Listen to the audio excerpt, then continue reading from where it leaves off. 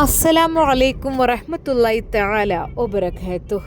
തൻ്റെ മോളെ വീണ്ടും ദിൽഷാദ് വന്ന് കൊണ്ടുപോയപ്പോൾ എന്തെന്നറിയില്ല, നൂറയുടെ ബാപ്പക്ക് ആകപ്പാടെ ഒരു ബേജാറായിരുന്നു.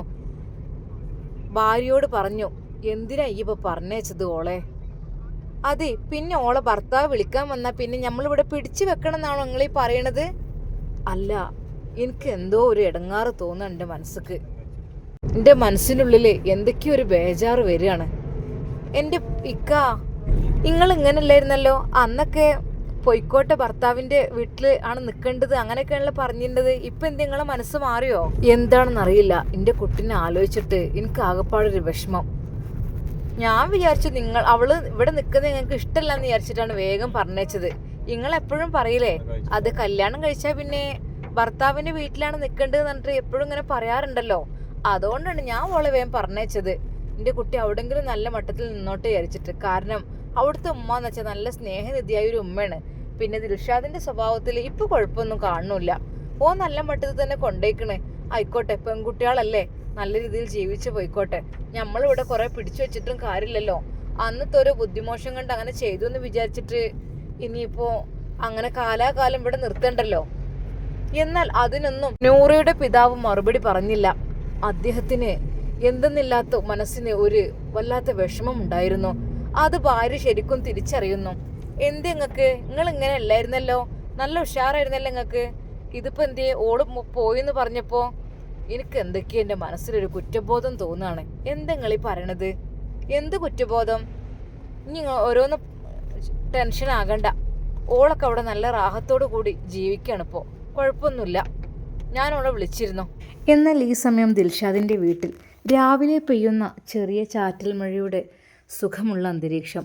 നൂറയുടെ വീടിൻ്റെ സ്വീകരണ മുറിയിൽ ചെറിയൊരു ബഹളം നടക്കുന്നുണ്ട്. മേശപ്പുറത്ത് അവർ ഒരുമിച്ച് തിരഞ്ഞെടുത്ത വസ്ത്രങ്ങളും ആവശ്യ സാധനങ്ങളും വെച്ച ചെറിയൊരു ട്രാവൽ ബാഗും ഇരിപ്പുണ്ട്. പെട്ടെന്നാണ് ഉമ്മ അടുക്കളയിൽ നിന്ന് കൈ തുടച്ചേക്ക് അവിടേക്ക് വന്നത്.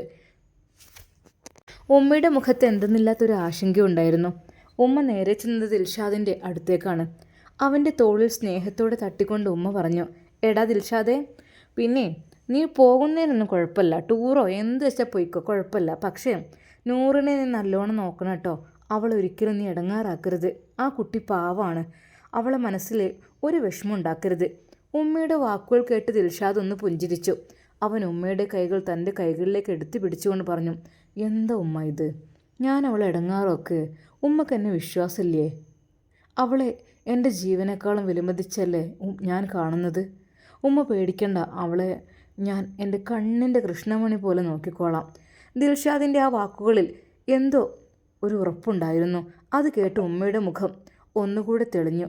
എന്നാൽ ആ പുഞ്ചിരിക്കുള്ളിൽ ഒളിച്ചിരുന്ന ദിൽഷാദിൻ്റെ കണ്ണുകളിലെ ചെറിയൊരു തിളക്കം നൂറയോ ഉമ്മയോ ശ്രദ്ധിച്ചില്ല. ശരി ഉമ്മ, എന്നാൽ ഞങ്ങൾ ഇറങ്ങട്ടെ, സമയം വൈകുന്നു. ദിൽഷാദ് ബാഗും എടുത്തുകൊണ്ട് പുറത്തേക്ക് നടക്കുന്നു. നൂറ് സന്തോഷത്തോടെ ഉമ്മയോട് യാത്ര ചോദിച്ച് കാറിലേക്ക് കയറി. എന്നാലും ഉമ്മ സന്തോഷിച്ചു. കാരണം ഇതുവരെ എന്ന് വെച്ചാൽ അങ്ങനത്തതൊന്നും ഇല്ലായിരുന്നു. ഇപ്പോൾ എന്ന് വെച്ചാൽ എൻ്റെ മോൻക്ക് അങ്ങനെയൊക്കെ തോന്നിയല്ലോ, അവളെ ടൂറ് കൊണ്ടുപോകണം എന്നൊക്കെ. അങ്ങനെയൊക്കെ തന്നെയല്ലേ ജീവിതം. അവർ പോകുന്നത് എങ്ങോട്ടാണെന്ന് നൂറക്കും അറിയുമായിരുന്നില്ല. അതൊരു സർപ്രൈസാണ് നൂറെ. എന്നാലിക്ക എങ്ങോട്ടാണ്? അതൊക്കെയുണ്ട്, അതൊക്കെ ഞാൻ പിന്നെ പറയാം എന്ന് മാത്രമാണ് ദിൽഷാദ് യാത്ര തുടങ്ങുമ്പോൾ തന്നെ പറഞ്ഞിരുന്നത്. കാറ് ഹൈവേയിലേക്ക് ഇറങ്ങിയപ്പോൾ ദിൽഷാദ് തൻ്റെ പ്രിയപ്പെട്ട പഴയകാല ആ ഒരു മെലഡികൾ വെച്ചു. ആ പാട്ടിൻ്റെ താളത്തിനൊത്ത് നൂറ പുറത്തേക്ക് നോക്കി നിന്നു. അവൾ പുഞ്ചിരിച്ചു. ദിൽഷാദ് ഇടയ്ക്കിടെ അവളുടെ മുഖത്തേക്ക് നോക്കുന്നുണ്ടായിരുന്നു. ആ മുഖത്തെ സന്തോഷം കാണുമ്പോൾ അവൻ്റെ നെഞ്ചു നീറുന്നുണ്ടായിരുന്നെങ്കിലും അവനത് പുറത്ത് കാണിച്ചില്ല. യാത്ര നീണ്ടുപോയി. നഗരത്തിൻ്റെ തിരക്കുകളിൽ നിന്ന് മാറി പച്ചപ്പ് നിറഞ്ഞ കാടുകളും ചെറിയ അരുവികളും താണ്ടി കാർ ഒരു മനോഹരമായ മലനിരകളിലേക്ക് കയറിപ്പോയി. മഞ്ഞും തണുത്ത കാറ്റും അവരെ വരവേറ്റു. നൂറ് ആഹ്ലാദത്തോടെ കാറിൻ്റെ ജനൽ തുറന്നു കൈ പുറത്തേക്കിട്ടു. ദിൽക്ക, നമ്മൾ എവിടെയാണ് ഈ എത്തിയിരിക്കുന്നത്? ഇത്രയും മനോഹരമായ സ്ഥലം എപ്പോഴാണ് നിങ്ങൾ കണ്ടുപിടിച്ചത്? നൂറയുടെ കണ്ണുകൾ അത്ഭുതം കൊണ്ട് വിടർന്നിരുന്നു. ഇത് നിനക്കുള്ള സമ്മാനമാണ് നൂറ, സ്നേഹത്തോടെ അവൻ പറഞ്ഞു. എന്നാൽ ഈ സമയം ദിൽഷാദിൻ്റെ ഫോൺ അതാ ബെല്ലടിക്കുന്നു. പക്ഷേ ആദ്യത്തെ പ്രാവശ്യം അവൻ ഫോൺ എടുത്തില്ല. അവൾ ചോദിച്ചു, ആരാണ്? ദിലു, ആരെ വിളിക്കുന്നത്? ദിൽഷാദിൻ്റെ ഫോണ് വീണ്ടും ബെല്ലടിക്കുന്നു. അതെന്ത് ഫോൺ എടുക്കാത്തത്? അവൻ നൂറയിൽ നിന്ന് അല്പം ദൂരേക്ക് മാറി. എന്ത് ഫോൺ എടുക്കാത്തത്? വീണ്ടും ചോദിക്കുമ്പോൾ അത് റോങ് നമ്പർ. എന്താ ഞാൻ ചോദിച്ചു നോക്കട്ടെ. ഓഫീസിൽ നിന്നാണ് തോന്നുന്നു. എന്നാൽ അതാ അവൻ കുറച്ച് ദൂരേക്ക് മാറി നിന്ന് അല്പം ശബ്ദം താഴ്ത്തി ഫോൺ അറ്റൻഡ് ചെയ്തു.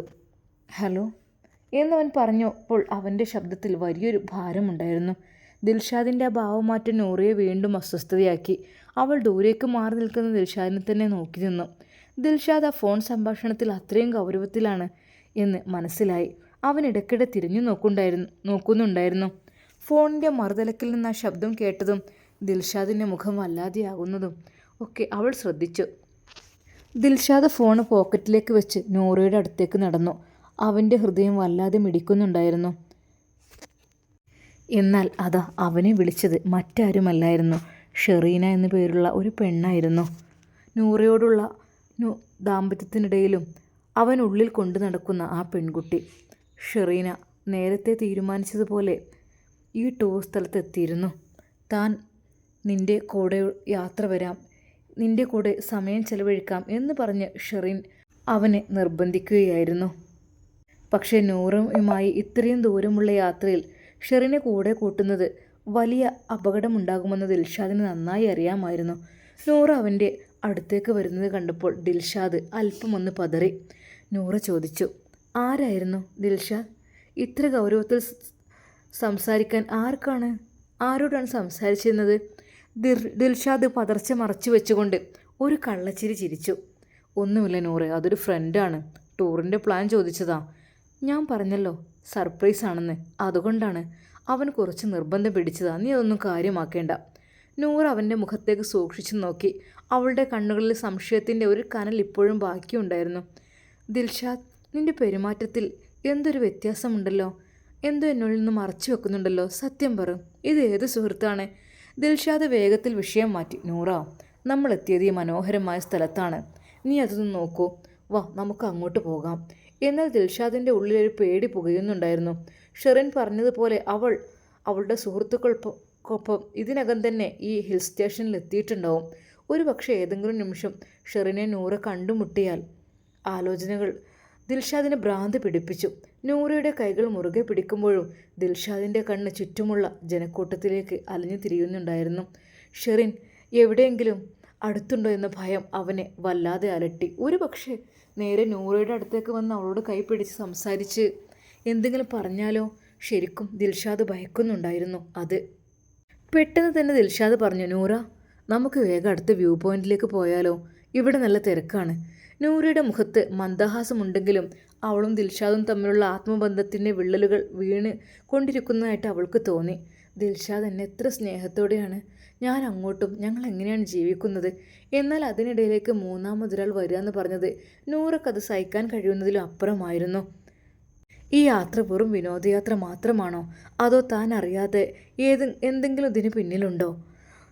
അവർ ആ കൊടും തണുപ്പിലൂടെ മുന്നോട്ട് നടന്നു. ദിൽഷാദിൻ്റെ ഫോൺ വീണ്ടും വൈബ്രേറ്റ് ചെയ്യുന്നതും ഷെറിൻ്റെ സംസാരം വരുന്നതും അവൻ അറിഞ്ഞു. അവൾ അയച്ചിരുന്നു, ഞാനിവിടെ എത്തി ദിൽഷാദ്, നിങ്ങളെ കാണാൻ എനിക്ക് കാത്തിരിക്കാനാവില്ല. ദിൽഷാദ് ആ മെസ്സേജ് നോക്കി വിയർത്തു. അവളിപ്പോൾ നൂറയുടെ കൺമുമ്പിൽ പ്രത്യക്ഷപ്പെട്ടാൽ തകർന്നു പോകുന്നത് അത് ജീവിതമായിരിക്കും സ്വന്തം. മാത്രമല്ല നൂറ പോവുകയും ചെയ്യും. പക്ഷേ നൂറയെ കൈവിട്ടു പോകരുത്. എൻ്റെ കൂട്ടുകാർ പറഞ്ഞതുപോലെ തന്നെ നൂറ എന്ന് വെച്ചാൽ നിനക്ക് കിട്ടിയ ഒരു ലക്കി, ഒരു ലോട്ടറി പോലെയാണ്. കാരണം അവൾ അത്യാവശ്യം പണക്കാരിയായൊരു പെണ്ണാണ്. അതായത് അവളുടെ ബാപ്പക്ക് ഒരുപാട് സ്വത്തും സമ്പത്തും പിന്നെ അവൾക്ക് ഒരുപാട് സ്വർണവും ഒക്കെ ഉള്ളതാണ്. അതുകൊണ്ട് തന്നെ പെട്ടെന്ന് നമ്മളെ ഒഴിച്ചു വിടാമെന്ന് പറഞ്ഞാൽ വലിയൊരു നഷ്ടം തന്നെയാണ്, പ്രത്യേകിച്ച് ഈ ഒരു ഗോൾഡിനൊക്കെ വില കൂടിയ സമയത്ത്. പക്ഷേ ഷെറിൻ എന്ന് പറഞ്ഞാൽ അവളെ കാര്യത്തിൽ അവൾക്ക് അവളെ മാത്രമേ ഉള്ളൂ, അല്ലാതെ വേറൊന്നുമില്ല. പക്ഷേ ഈ ലക്കിയെ ഞാൻ വിട്ടുകഴിഞ്ഞാൽ എൻ്റെ വലിയൊരു ഭാഗ്യമാണ് നഷ്ടപ്പെടുക. പക്ഷേ ഷെറിനെ കുറിച്ച് ആലോചിക്കുകയാണെങ്കിലോ, നൂറയേക്കാൾ കൂടുതൽ സംസാരിക്കുന്നതും എല്ലാം എന്നോട് സംസാരിക്കുന്നതും ഇടപഴകുന്നതും ഷെറിനാണ്. നൂറ് ആവശ്യത്തിന് മാത്രം സംസാരിക്കുന്ന ഒരു കുട്ടിയാണ്.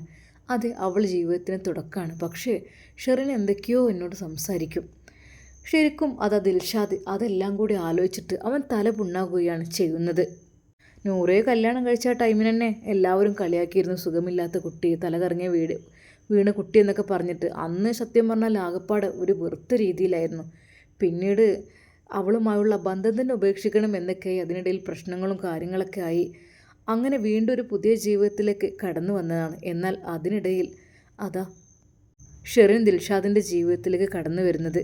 എന്നാൽ ദിൽഷാദിനെ കിട്ടിയപ്പോൾ അതാ ഷെറിന് അവനോട് വല്ലാത്തൊരു ഇഷ്ടം തോന്നുകയാണ്. അതെ, അവളെ കൂടി കല്യാണം കഴിക്കണം, അവളെ കൂടെ നടക്കണം എന്നൊക്കെയാണ് അവൾ വാശി പിടിക്കുന്നത്. കുറച്ച് വാശിയുള്ള കൂട്ടത്തിലാണ് ഷെറിന്. എന്നാൽ ഇപ്പോൾ അതാ ദിൽഷാദിൻ്റെ അവസ്ഥ. ഈ രണ്ട് ബന്ധങ്ങൾക്കിടയിൽ പെട്ട് അവൻ്റെ സമനില തെറ്റുന്ന അവസ്ഥയായിരുന്നു അത്. അതിനിടയിലാണ് ഷെറിൻ്റെ ആ കടന്നുവരവ് ആ ലോങ് ട്രിപ്പിലേക്ക് കൂടി നീളുന്നത്. ഒരിക്കൽ പോലും ഞാനും എൻ്റെ ഭാര്യ ഒന്ന് വിസിറ്റ് അടിക്കാൻ വിചാരിച്ചതാണ് എല്ലായിടത്തുനിന്ന് കറങ്ങാൻ. പക്ഷേ അത് ഷെറിന് സമ്മതിക്കുന്നില്ലായിരുന്നു. ദിൽഷാദ്, നീ പോകുന്നിടത്തേക്ക് ഞാൻ വരും, എനിക്ക് നീ ഇല്ലാതെ കഴിയില്ല. നിനക്കെന്താ അവളോട് മാത്രമാണ് ദേഷ്യം?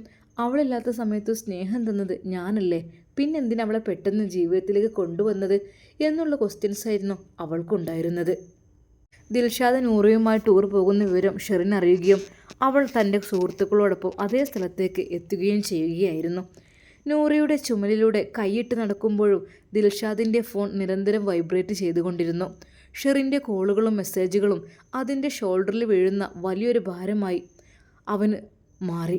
ദൂരെ നിന്ന് ഷെറിൻ നടന്നു വരുന്നത് കണ്ട് ദിൽഷാദിൻ്റെ കാൽ കീഴിലെ മണ്ണൊലിച്ചു പോകുന്ന പോലെ അതെ, അവൾ എത്തിയിരിക്കുന്നു ആ പറഞ്ഞ സ്ഥലത്ത്. നൂറൊരൊറ്റ നിമിഷം സംശയത്തോടെ ചുറ്റും നോക്കി. എന്ത് ദിൽഷാദ്, നീ ഇത്രയും പരിഭ്രാന്തനാകാൻ കാരണം? ആരാണിവിടെ? നൂറയുടെ ശബ്ദം ആ തണുപ്പിലും കാറ്റിലും ഉയർന്നു കേട്ടു. ദിൽഷാദിന് എന്ത് പറയണമെന്നറിയാതെ വിയർത്തു. തൻ്റെ രഹസ്യങ്ങൾ ഇനി അധികകാലം മൂടിവെക്കാൻ കഴിയില്ലെന്ന് അവന് മനസ്സിലായി. ഷെറിൻ തൊട്ടടുത്ത് എത്തിക്കഴിഞ്ഞു. ആ മഞ്ഞു നിറഞ്ഞ മലനിരകളുടെ പശ്ചാത്തലത്തിൽ സമയം പെട്ടെന്ന് നിശ്ചലമായതുപോലെ തോന്നി. ദൂരെ നിന്ന് ഒരു നിഴൽ പോലെ ആ രൂപം പെട്ടെന്ന് അവരുടെ മുന്നിൽ വന്നു നിന്നു. ഹായ് ദിൽഷാദ്! എല്ലാവരെയും ഞെട്ടിപ്പിച്ചുകൊണ്ട് ഷെറിൻ കൃത്യം അവരുടെ മുന്നിലേക്ക് ഓടിയെത്തി. ആ പെട്ടെന്നുള്ള വരവിൽ ദിൽഷാദ് ശരിക്ക് ഞെട്ടിപ്പോയി. അവൻ്റെ നെഞ്ചിടിപ്പ് നിലച്ചതുപോലെയായി. കയ്യിലെ ഫോൺ താഴെ വീഴാൻ പാകത്തിൽ വിറച്ചു. നൂറ പെട്ടെന്ന് പിടഞ്ഞ് ആ പെൺകുട്ടിയെ നോക്കി. വായുവിൽ ഉയർന്ന തണുപ്പിലും നൂറയുടെ മുഖത്ത് വിയർപ്പ് തുടുപ്പുകൾ പൊന്തി വന്നു. അപരിചിതയായ ഒരു പെൺകുട്ടി തൻ്റെ ഭർത്താവിൻ്റെ പേര് വിളിച്ചുകൊണ്ട് ഇത്രയും അടുത്തേക്ക് വന്നത് നൂറയ്ക്ക് ഉൾക്കൊള്ളാൻ കഴിഞ്ഞില്ല. അവൾ ചോദ്യഭാവത്തിൽ ദിൽഷാദിൻ്റെ മുഖത്തേക്ക് നോക്കി. ഭയന്ന രണ്ടവസ്ഥയിലായിരുന്നു ദിൽഷാദ്. പെട്ടെന്ന് തന്നെ തൻ്റെ സമനില വീണ്ടെടുക്കുവാൻ പാടുപെട്ടുകൊണ്ട് നൂറയോട് പരുങ്ങി പറഞ്ഞു. അത് നൂറേ, ഇതെൻ്റെ സുഹൃത്താണ്. ഞങ്ങൾ ഒരുമിച്ച് കോളേജിൽ പഠിച്ചപ്പോഴേ അന്ന് തൊട്ടടുത്തുള്ള ഒരു സുഹൃത്ത്. യാദൃശ്ചികമായി ഇവള് ട്രിപ്പിന് വന്നതാണെന്ന് തോന്നുന്നു. അല്ല പിന്നെ ഷെറിൻ, നിൻ്റെ കൂടെ ആരൊക്കെയുണ്ട്? ദിൽഷാദിൻ്റെ വാക്കുകൾ പതറുന്നുണ്ടായിരുന്നു. അവൻ്റെ കള്ളം മുഖത്ത് വ്യക്തമായി കാണാമായിരുന്നു. ഷെറിനാകട്ടെ നൂറയുടെയും ദിൽഷാദിനെയും മാറി മാറി നോക്കിക്കൊണ്ട് ഒരു വിചിത്രമായ നോട്ടത്തോടെ അവിടെ നിന്നു. നൂറയുടെ കണ്ണുകൾ നിറഞ്ഞു വന്നു. കോളേജിൽ പഠിച്ച സുഹൃത്തോ? ഇത്രയും വലിയൊരു ലോങ് ട്രിപ്പ് നമ്മൾ മാത്രം വരുമെന്ന് ആണല്ലോ എന്നോട് ദിൽഷാദ് പറഞ്ഞത്. പിന്നെ പെൺകുട്ടി എങ്ങനെ ഇവിടെ വന്നു? ദിൽഷാദ്, നീ എന്നോട് എന്തൊക്കെയോ മറക്കുന്നുണ്ടെന്ന് എനിക്ക് തുടക്കത്തിലേ തോന്നിയതാണ്. സത്യം എന്താണെന്ന് വെച്ചാൽ നീ ഇപ്പോൾ എന്നോട് തുറന്ന് പറഞ്ഞേ പറ്റൂ. ആ മഞ്ഞു മൂടിയ അന്തരീക്ഷത്തിൽ നൂറയുടെ ചോദ്യം ഒരു ഇടിമുഴക്കം പോലെ തോന്നി അവൾക്ക്. ഷെറിൻ്റെ ആ കടന്നുവരവ് അവരുടെ ആത്മബന്ധത്തിൻ്റെ എല്ലാ കള്ളത്തരങ്ങളും ഒരു നിമിഷം തുറന്നു കാട്ടും എന്ന് തോന്നി. ആരാണിത്? സത്യം പറ ദിൽഷാദ്, ആരാണ്? എൻ്റെ സുഹൃത്താണെന്ന് പറഞ്ഞില്ലേ? ദയവായി ഒരിടം നമുക്ക് അവൾക്ക് ഇവിടെ കൊടുക്കാം. കാരണം അവൾ ഫ്രണ്ട്സിൻ്റെ കൂടെ വന്നായിരിക്കും, പക്ഷേ അവൾ ഒറ്റപ്പെട്ടതായിരിക്കും. ഫ്രണ്ട്സ് അവിടെയൊക്കെ ഉണ്ടാവും. നമുക്ക് നമ്മളുടെ ഇടയിൽ ഒരിടം അവൾക്ക് കൊടുത്തൂടെ? ആ വാക്ക് കേട്ട് നൂറ് ശരിക്കും ഞെട്ടി. ഇക്ക, നിങ്ങൾ എന്തീ പറയണത്? അതെ, അവൾ പാവാണ്, അവൾ ഇവിടെ നിന്നോട്ടെ നമ്മളുടെ ഇടയിൽ അല്ലേ? എന്നാൽ നൂറക്കത് സഹിക്കാൻ കഴിഞ്ഞില്ല. അവൾ മൗനം പാലിച്ചു. എന്താ, നിനക്കെന്ത് വിരോധമുണ്ടോ? വിരോധൻ്റെ പോയിക്കോട്ടെ, കുഴപ്പമില്ല. അല്ല, അവൾ നമ്മളെ തേടി ഇവിടെ എത്തിയപ്പോൾ സ്ഥിതിക്കേ ശരിക്കും എന്താണെന്നറിയില്ല. നൂറക്ക് അത് അവരുടെ ഇടയിൽ നിന്ന് ഞാനൊന്ന് ഒഴിഞ്ഞു കൊടുക്കട്ടെ എന്ന് വരെ തോന്നിപ്പോയി. ഞാൻ പോകണോ? എന്നെന്തിനാ അങ്ങോട്ട് കൊണ്ടുവന്നതെന്നാലേ നിങ്ങൾക്ക് വരാമായിരുന്നു. നൂറ, നീ എന്തെങ്കിനൊക്കെ പറയുന്നത്? അവളെൻ്റെ സുഹൃത്തല്ലേ, നീ എൻ്റെ ഭാര്യയല്ലേ? എന്താ നമുക്ക് രണ്ടു പേർക്കും ഇവിടെ ഒരുമിച്ച് നിൽക്കുന്നതിൽ എന്തെങ്കിലും കുഴപ്പമുണ്ടോ? അതെ, നമുക്ക് 3 പേർക്കും. എന്താ, കുഴപ്പമൊന്നുമില്ലല്ലോ? എന്നാൽ ദിൽഷാദിൻ്റെ വാക്കുകൾ കേട്ട് നൂറ ഞെട്ടുകയായിരുന്നു. റബ്ബേ, ഇതെന്ത് പരീക്ഷണം? എനിക്കെന്താ റബ്ബേ ഇങ്ങനെ എൻ്റെ ജീവിതം? എന്നെ നീ പരീക്ഷിക്കുകയാണോ? അല്ല. ഒരു നിമിഷം അവളുടെ കണ്ണുകൾ നിറഞ്ഞു. എന്നാൽ കണ്ണുകൾ നിറഞ്ഞപാട് ദിൽഷാദ് അവളെ ചേർത്ത് പിടിച്ചു. നൂറ, എന്താ വിഷമിച്ചത്? എൻ്റെ കുട്ടി വിഷമിക്കാൻ പാടില്ല. എന്താ, അവളെ പറഞ്ഞു വിടണോ? പറഞ്ഞു വേണമെങ്കിൽ പറഞ്ഞു വിടട്ടോ, നിൻ്റെ ഇഷ്ടം ഞാൻ നോക്കുക. ശരിക്കും സ്നേഹത്തോടെ അവൻ വീണ്ടും അവളെ ചേർത്ത് പിടിച്ച് പറഞ്ഞു. എന്നാൽ അതാ ഷെറിൻ അത് നോക്കി നിന്നു. അവർ രണ്ടുപേരും ചേർത്ത് പിടിച്ച് നിൽക്കുന്നത്. നൂറയുടെ കണ്ണുകൾ നിറഞ്ഞു. ഇല്ല, ഇതൊക്കെ സത്യം പറഞ്ഞ അഭിനയമാണോ അതോ യാഥാർത്ഥ്യമാണോ എന്ന് എനിക്ക് മനസ്സിലാകുന്നില്ലല്ലോ അല്ല. നൂറ വിഷമിച്ചു. അവൾ സങ്കടപ്പെട്ടു. പഠിച്ചോനെ, ഇതിലെന്താണ് സത്യം, എന്താണ് വഞ്ചന, എന്താണ് ചതി എന്ന് എനിക്കറിയുന്നില്ലല്ലോ. അവൾ ഒരു നിമിഷം അത് ദിൽഷാദിൻ്റെ അരികിൽ ഒരു പൂച്ചക്കുട്ടിയെ പോലെ നിന്നു. എന്നാൽ അപ്പോഴേക്കും അതാ ഷെറിനെത്തി. അതെ ദിൽഷ, നമുക്കെന്തെങ്കിലും പ്ലേ ചെയ്താലോ? എന്തെങ്കിലും കളിച്ചാലോ നമുക്ക്? എന്താ, ഒരു ഷട്ടിലായാലോ? പറ്റില്ലേ? ഇവിടെ നല്ല റിസോർട്ടും കാര്യങ്ങളൊക്കെ അല്ലേ ഈ ഭാഗത്ത്. നമുക്ക് ഷട്ടിൽ കളിച്ചാലോ? ശരിക്കും അത് കേട്ടപ്പോൾ ദിൽഷാദ് നൂറിയുടെ മുഖത്തേക്ക് നോക്കി. അതെ, അവൾക്ക് ഷട്ടിൽ ഒത്തിരി ഇഷ്ടമാണ്. ബാഡ്മിൻ്റൺ എന്നൊക്കെ പറഞ്ഞാൽ അവൾക്ക് ജീവനാണ്. പിന്നെ എന്താ നൂറ്, നീ കൂടുന്നില്ലേ? വാ, നമുക്ക് 3 പേർക്കും കളിക്കാം. എന്താ, എങ്ങനെ ഉണ്ടാകും? എന്നാൽ ദിൽഷാദിൻ്റെ ആ വാക്കുകൾ നൂറയ്ക്ക് ഒട്ടും പിടിച്ചില്ല. റബ്ബേ, അല്ലാ, എന്നെ നീ വീണ്ടും പരീക്ഷിക്കുകയാണോ? അവൾ പടച്ച റബ്ബിനോട് ഹൃദയം പൊട്ടി ദുആ ചെയ്തു. അതെ, എന്തായിരിക്കും ശരിക്കും നൂറയോട് ദിൽഷാദിന് ദേഷ്യമാണോ അതോ അഭിനയമാണോ അതോ ഇഷ്ടമാണോ? എന്തായിരിക്കും? നമുക്ക് കാത്തിരുന്ന് കാണാം.